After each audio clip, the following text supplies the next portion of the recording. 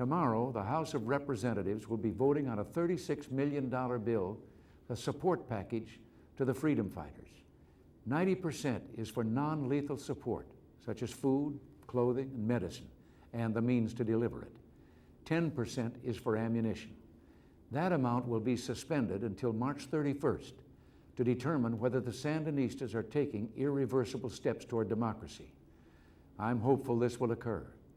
However, if there is no progress toward a negotiated ceasefire, I will make a decision to release these additional supplies, but only after weighing carefully and thoroughly the advice from Congress and the Democratic presidents of Central America. Now, over the past several days, I've met with many members of Congress, Republicans and Democrats, concerning my proposal. In the spirit of bipartisanship, I will tomorrow send a letter to the congressional leadership taking a further step. At the appropriate time, I will invite Congress to act by what is called a sense of Congress resolution on the question of whether the government of Nicaragua is in compliance with the San Jose Declaration. If Congress adopts such a resolution within 10 days containing this finding, then I will honor this action and withhold deliveries of ammunition in this package. One thing is clear: those brave freedom fighters cannot be left unarmed against communist tyranny. Now, some say that military supplies aren't necessary, that humanitarian aid is enough. But there's nothing humanitarian about asking people to go up against Soviet helicopter gunships with nothing more than boots and bandages. There's no vote scheduled tomorrow in the Soviet Union on continued assistance to the Sandinistas. That assistance will continue, and it won't be just humanitarian. Our policy of negotiations, backed by the freedom fighters, is working. Like the brave freedom fighters in Afghanistan who have faced down the Soviet army and convinced the Soviet Union that it must negotiate its withdrawal from their country, the freedom fighters in Nicaragua can win the day for democracy in Central America. But our support is needed now. Tomorrow will be too late. If we cut them off, the freedom fighters will soon begin to wither as an effective force. Then, with the pressure lifted, the Sandinistas will be free to continue the consolidation of their totalitarian regime. The military buildup inside Nicaragua and communist subversion of their neighbors. Even today, with the spotlight of world opinion focused on the peace process, the Sandinistas openly boast that they are arming and training Salvadoran guerrillas. We know that the Sandinistas who talk of a revolution without borders reaching to Mexico have already infiltrated guerrillas into neighboring countries. Imagine what they'll do if the pressure is lifted. What will be our response as the ranks of the guerrillas in El Salvador, Guatemala, even Honduras, and unarmed Costa Rica begin to swell and those fragile democracies are ripped apart by the strain? By then, the freedom fighters will be disbanded, refugees or worse. They won't be able to come back. Let me explain why this should be and would be such a tragedy, such a danger to our national security.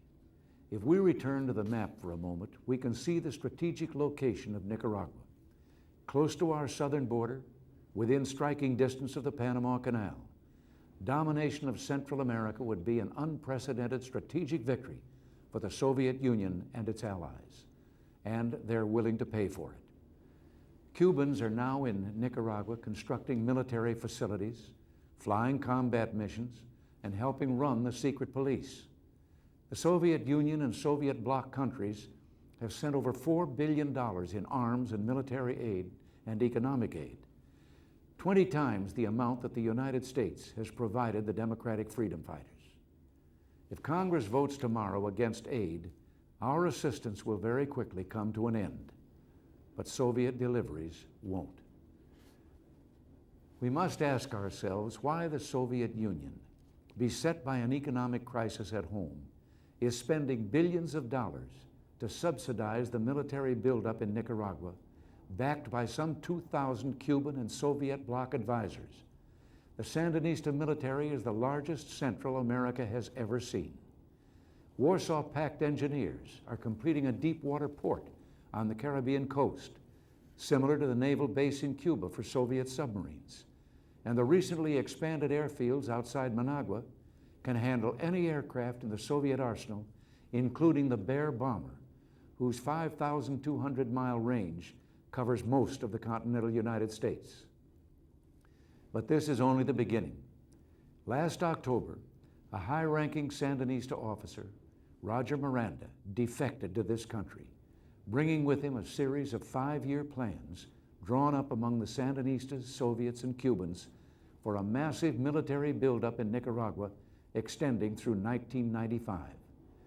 These plans, which Major Miranda makes clear are to be put into effect whether the freedom fighters receive aid or not, call for quadrupling the Sandinista armed forces to 600,000, or 1 out of every 5 men, women, and children in the country.